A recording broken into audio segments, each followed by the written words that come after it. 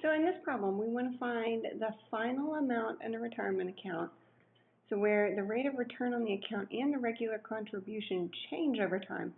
So we start with $458 per month, invested at 6% compounded monthly for 5 years.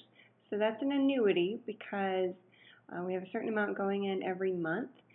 At the same time, it's being compounded every month. That's for 5 years. Then after that, we increase the payment to $569 per month. It's all going into the same account, invested at a slightly higher rate, so the rate changes on the account, and it's compounded. It's still monthly at this point for 5 years. So what is the amount in the account after 10 years? So we're going to have to do it one part at a time. So let's start with the first 5 years.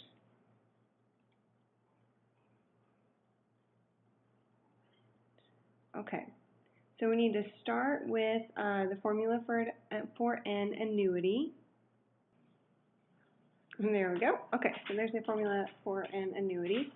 So for the first 5 years, the amount at the end, A, is capital R is the monthly contribution, so 458 times fraction, little r is the interest rate, so it's going to be 1 plus 0.06 over N is the number of contributions per year, compounded monthly, so 12 for N, to the NT. We're compounding 12 times per year for, we're going to do that much for 5 years, so we're just doing 5 years right now, minus 1 all over 0.06 over 12. So we need to enter that into the calculator. I'm going to approximate a little bit, do one step at a time. You'll only be able to see part of my calculator, but hopefully enough to follow along here. Okay. So let's start with 0.06 over 12. That sounds like it's going to be a nice little decimal. Okay, you can't see that. 0.06 over 12 is exactly 0.005. So I'm going to rewrite this to make it easier to enter as 458 times 1 plus 0.005 is 1.005 to the power of 12 times 5 is 60 minus 1 over 0.005. Okay, so now I'm going to enter that in. So we have 458 times 1.005 to the power of 60 minus 1 divided by 0.005. Okay. It's hard to say if that sounds reasonable, but just to do a quick, I guess, check to see on the reasonableness, I'm going to do 458 times the number of contributions. So if you deposit $458 monthly for 5 years, that means you're going to deposit $458 a total of 60 times. That's $27,000 that you're putting in. So yeah, this is a reasonable number here, the $31,954, because the difference is the interest earned. Okay, so we get $31,954.67. What did I say? $31,954 point. Actually, I'm not going to round just to be on the safe side. So 67397. I'm going to start with, well, it actually won't matter that much, but that's the amount at the end of the first 5 years. Okay, so then beyond that, now $569 per month is invested at 7% compounded monthly for 5 years. Okay, so here's what I would do then is the amount that's in here, I would view this amount, the amount that we're starting with for the next set of 5 years, as separate from the payments that we're going to make for the 5 years. So in the account, this money will be lumped together with this every $569 that you're depositing every month. But I'm going to kind of think of them separately. So first off, this money that's in the account is going to earn just a straight up 7% for 5 years. Okay, and then separately I'll calculate the annuity for the $569 per month, the 7%, and then add it all together.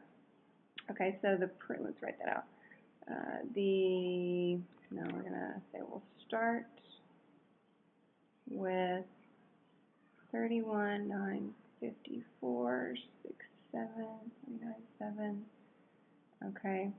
Now, if that money, we're sort of going to view it like a lump sum deposit, because although I'm adding to the account, I'm viewing the account as having two separate parts to it. This deposit, which is already in there at the beginning of the second set of 5 years, is not going to have anything added to it, because I'm going to do the annuity part separate. So for that, to figure out the interest that's earned on that, we're going to use the compound interest formula for a lump sum deposit. So the amount is the principal times 1 plus r over n to the n t. So this is the principal P right there. P 31,954.67397 to the 1 plus. It's now going to earn 7% compounded monthly for a total of 5 years. 12 times 5 right there. Okay, so that once you would approximate that and to see how much interest that part of the money earns. Now separately, you're going to do the annuity using this formula for the last 5 years. So we're going to deposit $569 at 7% compounded monthly. 12 times 5, 5 years still. Minus 1, all to the 0.07. I know you can't read that hardly over 12. Okay, and then whatever we get for this and this, we should add them together to get our final amount. And I'm going to go ahead and see if I have time to compute this out. Okay, so first I'm going to estimate this amount right here.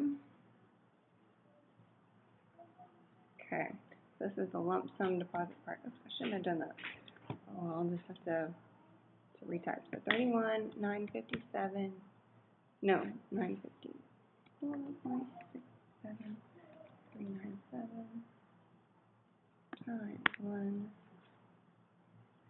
plus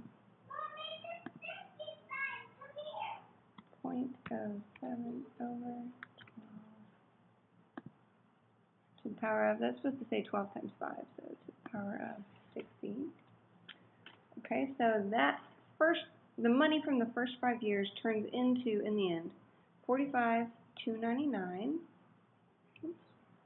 45,299.75298. Okay. Then the money that's the annuity part for those last 5 years is going to be 569 times 1 plus 0.07 over 12 to the power of 60 minus 1 over parentheses 0.07 over 12. I may have put one too many parentheses there. Yeah, I did. Oh, darn it.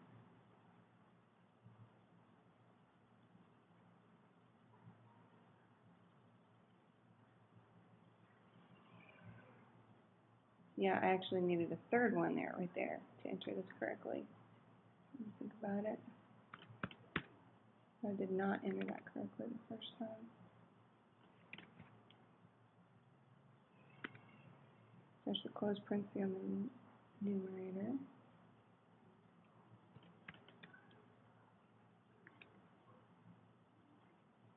See if I do this right this time. There we go. 40 $736.36104. Now, the money from the first 5 years of the annuity plus the money from the second 5 years, we add those together to get 45,299.75 around to 3 plus 4736.361. So I'll just do plus, what is it, 45,299.753 to get 86,036.11. Now I carried this all the way through because I wanted to make sure that it would actually accept this answer. So 86,036.11. No, oh, incorrect. Okay, yeah, that. Okay. Hold on, it says round to the nearest dollar, so let's try that. Yeah, okay. So hopefully that helps you guys. I know that's a little bit complicated to think about, but I think it's a good exercise for homework to kind of push you. So hopefully that helps in your understanding of compound interest and annuities.